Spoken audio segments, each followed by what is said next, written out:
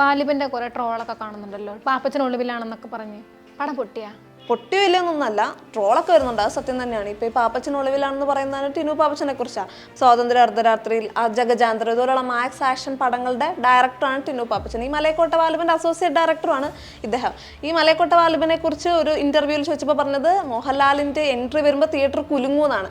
അപ്പൊ ഇതുപോലെയുള്ള കാര്യങ്ങളൊക്കെ കേട്ടിട്ടാണ് ആൾക്കാർ തിയേറ്ററിലേക്ക് പോകുന്നത്. അവരത് പ്രതീക്ഷിച്ചതും അതാണ്. എന്നിട്ട് കുലുങ്ങിയ പോയിട്ട് അനങ്ങിയ പോലും ഇല്ല. അതാണ് പ്രശ്നം. ഈ മോഹൻലാലിൻ്റെതായിട്ട് ലാസ്റ്റ് ആൾക്കാർ ഭയങ്കര ഏറ്റെടുത്ത ആക്ഷൻ മാസ് പടം എന്ന് പറയുന്നത് ലൂസിഫറാണ്. അത് 4 വർഷം മുൻപാണ്. അതിനുശേഷം ആൾക്കാർ കാത്തിരിക്കണം അതുപോലൊരു സിനിമ വരാൻ വേണ്ടിയിട്ട്. അത് പ്രതീക്ഷിച്ചാണ് പോകുന്നത്. പ്രതീക്ഷയുടെ കാരണം തന്നെ ഈ സിനിമയ്ക്ക് ഉണ്ടായിരുന്ന ഹൈപ്പാണ്. ഇതിന് മുന്നേ ഉള്ള ഇൻ്റർവ്യൂസ്, അവർ കൊടുക്കുന്ന പ്രൊമോഷൻസ്, അതിലൊക്കെ വാലിബൻ ചലഞ്ച്, ഇതൊക്കെ കാണുമ്പോൾ നമുക്ക് തോന്നുന്നത് ഒരു ആക്ഷൻ സിനിമയാണ്, കംപ്ലീറ്റ് ഒരു ഔട്ട് ആൻഡ് ഔട്ട് മോഹൻലാൽ ചിത്രമാണ്, അങ്ങനെയൊക്കെയാണ് നമുക്ക് തോന്നുന്നത്. അപ്പോൾ അതാണ് ആളുകൾ പ്രതീക്ഷിക്കുന്നതും, അതാണ് അവരെ നിരാശപ്പെടുത്തിയതും. ഇപ്പം ലിജോ ജോസ് പല്ലിശ്ശേരിൻ്റെ തന്നെ ലാസ്റ്റ് ഇറങ്ങിയ സിനിമ എന്ന് പറയുന്നത് നൻപകൽ നേരത്ത് മയക്കം, മമ്മൂട്ടി നായകനായിട്ടുള്ള നൻപകൽ നേരത്ത് മയക്കം. അതൊരു ഫെസ്റ്റിവൽ മൂവിയായിരുന്നു. അത് അങ്ങനെ പറഞ്ഞാണ് ഇറങ്ങിയത്, ആളുകൾ അങ്ങനെയാണ് സ്വീകരിച്ചത്, അതുകൊണ്ട് നല്ല സ്വീകരണം കിട്ടി. ഇതും അങ്ങനെ എങ്ങനെയാണോ സിനിമയുള്ളത് അങ്ങനെ പറഞ്ഞിറങ്ങിയിരുന്നെങ്കിൽ ആളുകൾ അതിനെ അംഗീകരിച്ചതിനെ സ്വീകരിച്ചേനെ. പക്ഷേ ഇവിടെ അതല്ല സംഭവിച്ചത്. മോഹൻലാൽ എന്ന് പറയുന്ന ഒരു ബിംബത്തിനെ നിർത്തി വാണിജ്യവൽക്കരിച്ച് മോഹൻലാലിനെ മുന്നിൽ വെച്ചുകൊണ്ട് അപ്പോൾ സിനിമ ഇറക്കുമ്പം അദ്ദേഹത്തിനെ കുറിച്ച് നമ്മൾ പ്രതീക്ഷിക്കുന്നത് ഇതൊരു ആക്ഷൻ പടമായിരിക്കുമെന്നാണ് വിചാരിച്ചിരുന്നതും അങ്ങനെയാണ് പ്രൊമോഷൻസ് ഉണ്ടായത്. മലയാളത്തിൻ്റെ മോഹൻലാൽ അവതരിക്കുന്നു എന്ന് പറഞ്ഞിട്ടാണ് ഈ സിനിമ തുടങ്ങുന്നത്. മലയാളികൾ കാണാൻ ആഗ്രഹിക്കുന്ന ഒരു മോഹൻലാലുണ്ട്, നമ്മളെ ചിരിപ്പിച്ച, കരയിപ്പിച്ച, നമ്മൾ ത്രില്ലടിപ്പിച്ച, അല്ലെങ്കിൽ ആക്ഷൻ രംഗങ്ങളുടെ കോരിത്തെരിപ്പിച്ച അങ്ങനെ ഒരു മോഹൻലാലിനെയാണ് ആളുകൾ പ്രതീക്ഷിക്കുന്നത്. അപ്പം ഈ മോഹൻലാലിനൊരു ബിംബമായിട്ട് വെച്ച് വാണിജ്യവൽക്കരിക്കുന്ന പോലെയാണ് ഇവർ ചെയ്യുന്നത്. ഇത് ഇന്നും ഇന്നലെ തുടങ്ങിയ പരിപാടിയല്ല. കാസ്നോവ ഇതുപോലെ പ്രൊമോഷൻ കൊടുത്ത് നശിപ്പിച്ചതാണ്. ഒടിയനൊക്കെ കണ്ടാൽ നെഞ്ചു വിരിച്ചിറങ്ങി വരും എന്നാണ് പറഞ്ഞത്. എന്നിട്ട് ശ്രീകുമാറൊക്കെ ജനങ്ങളോട് ചെയ്തത് ചതിയാണ്. അതുപോലെയാണ് ഇപ്പോൾ ഇതും. ഈ മോഹൻലാലിനെ മമ്മൂട്ടീനെയൊക്കെ കാണാൻ ആളുകൾ തിയേറ്ററിൽ പോകുമ്പം അവരുടെ മനസ്സിലൊന്നില്ലെങ്കിൽ അത് ഒരു സാധാരണക്കാരനായിരിക്കണം, അല്ലെങ്കിൽ എന്തെങ്കിലും അമാനുഷിക ശക്തിയുള്ള രക്ഷകനായിട്ട് വരുന്നത്, അങ്ങനെയൊക്കെയാണ് ആളുകൾ പ്രതീക്ഷിക്കുന്നതും അങ്ങനെയാണ് പ്രതീക്ഷിപ്പിച്ചതും. പക്ഷെ അതൊന്നുമില്ലാതെ ജനങ്ങളെ ഒരുമാതിരി വിഡ്ഢികളാക്കുന്നത് പോലെയാണ് ഇവർ ചെയ്യുന്നത്. ഈ രാഷ്ട്രീയക്കാരെ ശ്രദ്ധിച്ചിട്ടില്ലേ? തെരഞ്ഞെടുപ്പ് അടുക്കാറാകുമ്പോഴേക്കും അവർ ഒരുപാട് വാഗ്ദാനങ്ങളൊക്കെ ഇറക്കും, അത് തരാം ഇത് തരാം എന്നെല്ലാം പറഞ്ഞ് ജനങ്ങളെ പ്രലോഭിപ്പിച്ച് വോട്ട് മേടിച്ചെടുക്കും. എന്നിട്ട് ജയിച്ചു കഴിയുമ്പോൾ പിന്നെ ഈ പറഞ്ഞൊന്നും ഉണ്ടാവത്തില്ല.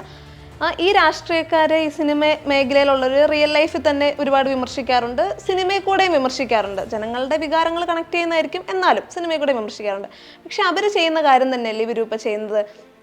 സിനിമയിൽ അതുണ്ട്, ഇങ്ങനെയൊക്കെ ഉണ്ട്, അങ്ങനെയൊക്കെ പറഞ്ഞ് ജനങ്ങളെ പ്രലോഭിപ്പിച്ച് ടിക്കറ്റ് എടുക്കാൻ പ്രേരിപ്പിക്കും. എന്നിട്ട് ടിക്കറ്റ് എടുത്ത് കഴിഞ്ഞ് സിനിമ കണ്ടു കഴിയുമ്പോൾ പറയുന്നത് ഞങ്ങൾ ഇങ്ങനെയാണ് എടുത്തത്, ഞങ്ങളുടെ ഇഷ്ടത്തിനാണ് എടുത്തത് എന്ന് പറഞ്ഞ് അവരെ ജനങ്ങളെ പറ്റിക്കും. ഈ ചെയ്യുന്ന കാര്യം രണ്ടും സെയിം തന്നെയല്ലേ? ഈ സിനിമ ഉണ്ടല്ലേ, മൊത്തത്തിൽ പെർഫോമൻസ് എങ്ങനെ ഉണ്ടായിരുന്നു? മോഹൻലാലിന്റെ പെർഫോമൻസ് പറയാനായിരുന്നെങ്കിൽ വളരെ എനർജറ്റിക് ആയിരുന്നു. വാലിബന്റെ മീറ്റർ തുടക്കം തൊട്ട് അവസാനം വരെ താഴ്ന്നു പോകാതെ മെയിൻറ്റെയിൻ ചെയ്യാൻ പറ്റി. സൗണ്ട് മോഡുലേഷനും ആ സൗണ്ടിലെ ഗാംഭീര്യം അവസാനം വരെ ഉണ്ടായിരുന്നു. ചിലപ്പം LJP മാജിക് ആയിരിക്കാം, എന്നാലും അത് മെയിൻറ്റെയിൻ ചെയ്യാൻ പറ്റി. പക്ഷെ ബാക്കിയുള്ള ആക്ടേഴ്സിന് നോക്കിക്കഴിഞ്ഞാൽ ഇപ്പം ലെഫ്റ്റിലെ സഹദേവനെ നമുക്ക് ഇവിടെയും കാണാം. അതാണ് ഇവിടുത്തെ അവസ്ഥ. ഇനി മേക്കിങ്ങിൻ്റെ കാര്യം പറയാനാണെങ്കിൽ സിനിമയിൽ ഒരു ലോങ് ഷോട്ട് ഉണ്ട്. അതിൽ സീനിൻ്റെ നടുക്കായിട്ട് ഒരു പെൺകുട്ടി നിൽക്കുന്നുണ്ട്, സൈഡിൽ നിന്ന് ഒരു കാളവണ്ടി വരുന്നുണ്ട്. അപ്പോൾ ഈ കാളവണ്ടി ഈ കുട്ടിയുടെ അടുത്ത് വരുന്നത് വരെ വേറൊരു സീനും ഇല്ല, ഈ സീൻ തന്നെ കണ്ടുകൊണ്ടിരിക്കണം. നമ്മൾ ഈ കുട്ടീൻ്റെ അടുത്ത് കാളവണ്ടി വരുന്നവരിതും നോക്കി ഇങ്ങനെ ഇരിക്കും. അതാണ് അവസ്ഥ.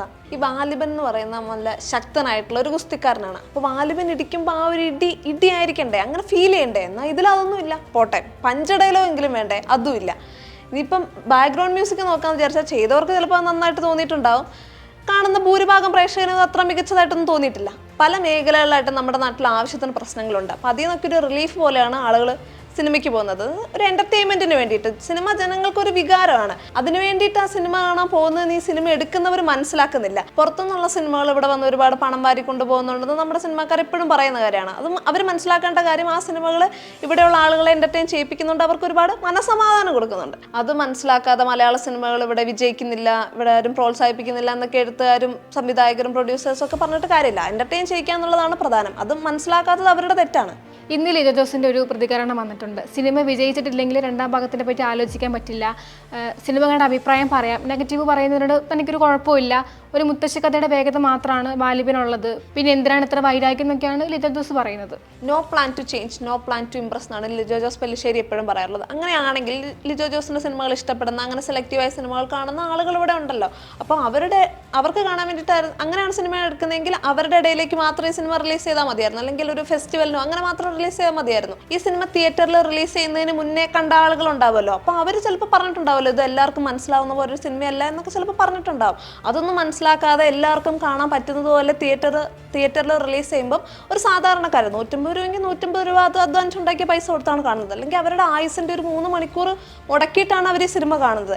എന്നിട്ടൊന്നും മനസ്സിലാകാതെ ഇരിക്കേണ്ടി വരിക എന്ന് പറയുന്നത് കഷ്ടമാണ്. ഇവർ പറയുന്നത് പോലെ ഈ നാട്ടിലുള്ള എല്ലാവരും ബുദ്ധിജീവികളൊന്നുമല്ല. ഒരു പ്രതിമേനെ ഒരു സ്ഥലത്ത് കുറേ നേരം ഇരുത്തി എന്നൊരു ഷോട്ട് കാണിച്ചാൽ അതിൻ്റെ അർത്ഥം എന്താണെന്ന് മനസ്സിലാക്കുക, അത് ആസ്വദിക്കുകയും ചെയ്യുന്ന ആളുകളൊന്നും അല്ല ഇവിടെയുള്ള ഭൂരിഭാഗം പ്രേക്ഷകരും. ഒരു പരീക്ഷണ ചിത്രം എന്ന് പറഞ്ഞിട്ടാണ് ഇവർ സിനിമ ഇറക്കിയത്. അങ്ങനെ ഒരു പരീക്ഷണ വസ്തുവായിട്ട് കാലാകാലം ഇവിടെയുള്ള പ്രേക്ഷകർ ഇരുന്ന് തരുന്നില്ല. അത് ഇവർ മനസ്സിലാക്കിയാൽ കൊള്ളാം. ചില ബുദ്ധിജീവി മൈൻഡ് സെറ്റുള്ള ആളുകളൊക്കെ പറയുന്നത് കേട്ടോ അവർക്ക് സിനിമ ശരിക്കും എൻജോയ് ചെയ്യാൻ പറ്റിയില്ല, മോഹൻലാൽ ഫാൻസിന്റെ ബഹളവും അവരുടെ ഒച്ചപ്പാടും ഒക്കെ കൊണ്ട് സിനിമ ശരിക്കും ആസ്വദിക്കാൻ പറ്റില്ല എന്നൊക്കെ.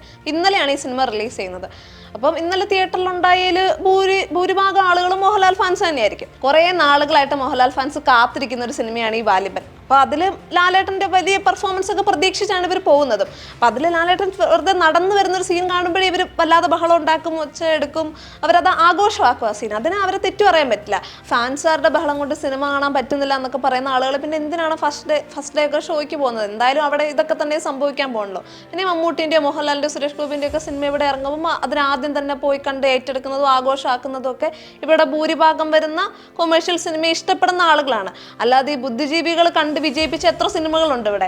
ഈ ഭൂരിഭാഗം വരുന്ന ഇതുപോലുള്ള ആളുകൾക്ക് മനസ്സിലാകുന്നത് പോലെ വേണം സിനിമ എടുക്കാൻ. ഈ സിനിമ കണ്ടു കഴിയുമ്പോൾ ആളുകൾ അവരുടെ അഭിപ്രായങ്ങളും വിമർശനങ്ങളും ഒക്കെ സ്വാഭാവികമായിട്ടും പറയും. അത് പറഞ്ഞു കഴിയുമ്പോൾ അത് പ്രേക്ഷകന്റെ കുഴപ്പമാണെന്ന് പറഞ്ഞ് അവരെ എഴുതി കാണിക്കുന്നത് അംഗീകരിക്കാനാവില്ല. ഈ സിനിമ കണ്ടിട്ട് സാധാരണക്കാർ അവരുടെ പ്രതിഷേധവും അമർഷവും ഒക്കെ അറിയിക്കുന്ന കാണുമ്പോൾ ലിജോ ജോസ് പെല്ലിശ്ശേരി വിഷമിച്ചിട്ട് കാര്യമില്ല.